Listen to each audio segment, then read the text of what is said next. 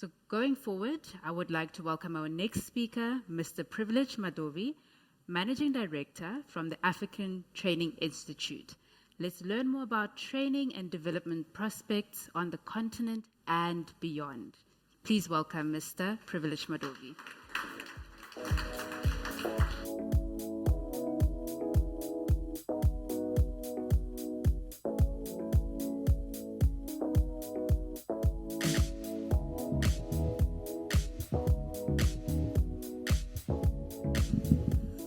Good evening. Am I audible enough? Thank you. I think this is the shortest presentation I ever had. I have 10 minutes only, so if I take 12 minutes, please pardon me. I'm a marketer by profession. You know, we talk a lot, but I will just try to be brief. To start with, appreciation to the MasterCard Foundation, UP, thanks Linux for the honor.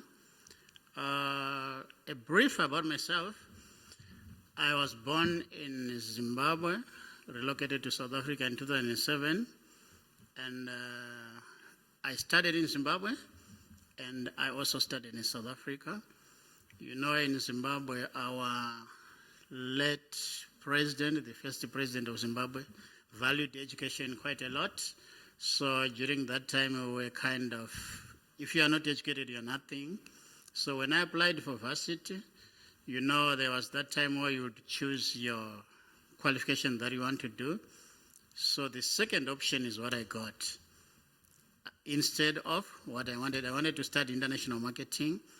So I ended up enrolling into private institution because that's my second option was international marketing. So I enrolled for IMM. I think most of us, you know, IMM this year in South Africa, and I was in Zimbabwe. So during that time, I was at varsity, studying another program in honors. Then I had to also go for the IMM. So there were times I had to write an exam in the morning, right, from 8 to 11. Then I finished. That was in a small town called Chinhoe, to those who may know Zimbabwe, 110 kilometers from Harare. I jump into a taxi. I go to Harare for a 2 p.m. exam. Sometime I had to be near in Harare, write an exam at 8. At 2 p.m., 110 kilometers away, public transport. Then when I moved here, I enrolled for my master's. And guess what? I got a shock of my life that I can get funding for studying. I didn't know that. So I told my supervisor, I need to do some other programs. So I ended up doing one thing after the other, one thing after the other. And 3 weeks back, I submitted a thesis for my PhD. Thank you. But I was talking to my supervisor, that is there a possibility that I don't go to defend? Huh? Which he told me, that's impossible. Anyway, let me just move to the topic of the day, where I just want to introduce the organization, African Training Institute. My name, Privilege Karikai Madhovi. I'm the founder and director of the institute. What we do mainly is capacity building. I think the keynote speaker mentioned about 40% of the people need reskilling, so that's where we come in. We do capacity building, mainly training and development. We work in several countries within Africa. We have an office here in South Africa. We have an office in Kigali, Rwanda. Then we also host our trainings in Dubai, Mauritius, New Delhi, among other countries here in Africa. We go to Ghana, Mauritius, whatever. Just the list is long, but we work with in about 42 countries.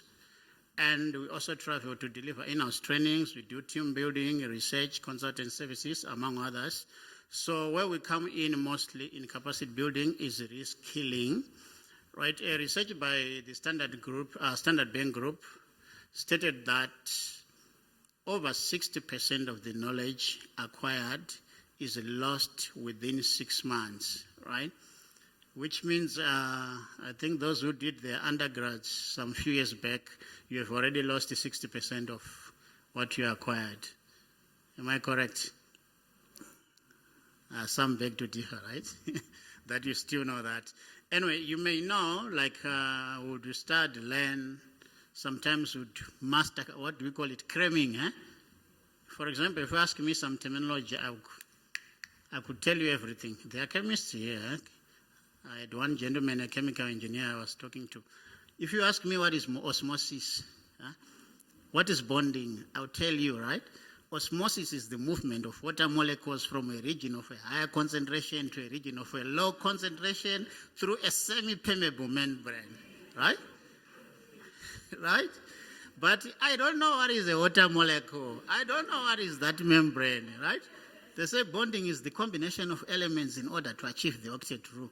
I don't even know what is an octet rule, right? So that's where we came in, aligning skill with work, right? So these are the different types of trainings that we do offer: international public trainings, tailor-made trainings, in-house trainings, and we also deliver our trainings online. So we host the annual events. We have one in November that we are hosting in Dubai. So we have a list that goes on and on. We have our team. I think some of you saw the guys by the door there. You may get more information on the different types of our trainings. I'll try to move a bit faster. Why training and development, right? Remember from where I'm coming from that we do capacity building. The whole point behind is what is best today is not best tomorrow. The world of work is ever dynamic. There are new skills, right? And most of the jobs that are maybe some of you are going to be doing are not even yet available in the job market, right? So training comes to align the industry with the available work, right? With continuous training, we get competent employees, right? So we blend that as well in the world of work. Then the learning organization concept, to those who come from management, I think you know the saying is learning organization concept, right? So the whole point behind it is an organization, people must be continuously improved so that they remain competent in the world of work. Then employee retention itself, right? A motivated employee, a trained employee is a motivated employee, so they tend to serve the organization, and in the long run, the organization achieves its goals, becomes more effective, right? We all know this guy, eh? He says, if you think capacity building is expensive, then leave it and try what? Ignorance. And you see the results that will come thereafter. So basically people have to be developed. The theorist, the controversial guy, I think we all know Charles Darwin with evolution theory, right? When I was a lecturer, I used to say to my students, Charles Darwin said, people were once apes, then they resolved to that. But I would always say he was referring to you guys, not to me, right? Anyway, so his statement, he said, it's not the wisest species that survive, but the one that adapts. So it's all about adapting, as we are stating. The world of work is ever dynamic, so there need to be new trends, right? Being a man from the world, you had to take it from the world perspective to make it understand the concept, but it's all about coming up with new skills, aligning, so that's where our organization come in and embed new skills that are specifically aligned to the world of work. All right, from the employer's perspective, right? As I indicated, we work in so many countries, you travel to different countries. Normally, if you go into a country, you meet the people, they are prepared to listen to you and hear more about your country, right? And they say when you meet a new person, talk less, yeah? I don't mean during networking you guys should be quiet waiting for him to talk so that I learn more, right? But it's wiser that you talk less and learn more. So the basis is most people, right, would like to visit different countries and learn more. So employers know that, and they believe also in a diversified workforce, right? Certain nationalities are believed to possess particular expertise, right? So there are certain nationalities that are respected in particular fields. I think, for example, our Indian brothers, yeah, they have some high respect in mathematics and science, right? So they tend to be better accepted and they have better chances, right? Then a cultural relation also plays an important role, blending in different cultures. Normally there are cultural views, conflicts that differ. I think some of us may be familiar with the Daimler-Chrysler marriage of 1998. Yeah? Who knows how long it lasted? You know Daimler and Chrysler. Daimler is being German, right? Chrysler being Americans. Their business cultures differed, right?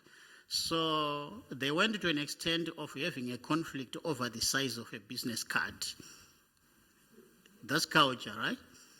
The then chairman was Jürgen Schremp, the German guy, right? He says, we believe in this standard size of a business card, right? So the whole aspect is they failed to last due to cultural differences. So employers now tend to have high value and high respect for a cultural relation that's bringing different cultures together, cultural training, and that also brings resilience in tough times in the organization. All right, from an employee's perspective, right, the more you learn about different cultures, right, also the chances of better networking with different people. You learn different languages. There is power in languages. Yeah? If you happen to learn, especially the main language, spoken languages, English, Spanish, Portuguese, our Kiswahili, that's the most spoken in Africa, I believe so. So there is power in that. Travel, exposure, all those, that brings an opportunity. All right, I'll move on. Within our perspective as an international institute, as I indicated, we work in different countries. We work with quite a wide range of training facilitators whom we rob from different countries, Rwanda, Uganda, Kenya. For example, if we have trainings that we are hosting maybe in Mombasa, we take our trainers from Nairobi, which is close by. If we are traveling to Dubai, we can maybe go west or any other countries, right? So those are some of the opportunities that are always available, and these are people who are working in the organizations because we need the industry technocrats who have the knowledge, right? They come share the knowledge with our delegates as well. And we have representative agents as well that we are always pulling from different organizations to join our team and work with us. We conduct research as well, be it for our clients or when we want to penetrate a new market, we also do some research to explore those markets. So we always work with a pool of researchers as well. All right, so basically it's all about people. As the saying goes, if you wish to plan for a year, you sow seeds, right? You plant for 10 years. If you want to plant for 10 years, you plant trees. But if you wish to plan for a lifetime, you develop people, right? So once people are developed, right, you find that the organization will grow continuously based on people because the people becomes part of the organization, right? So you find the organization will excel based on the skills that are embedded in the people, right? There is what is called a we feeling concept, right? If an employee says they, right, referring to an organization where they work, that means it's not part of the team. Someone once asked me, why do you say we when you said you are the only director in your company, right? We, because we are many, the employees, the staff are part of the team, right?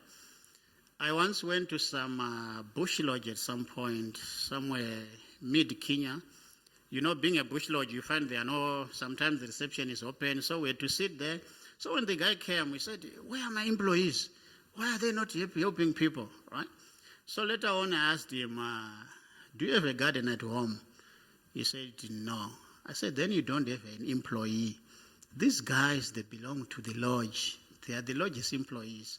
The helper at your house is not even your employee, it's your wife's employee. So you don't even have an employee, right? So the people, they belong to the organization, and the continuous upskilling makes them do better and better. Ladies and gentlemen, I thank you.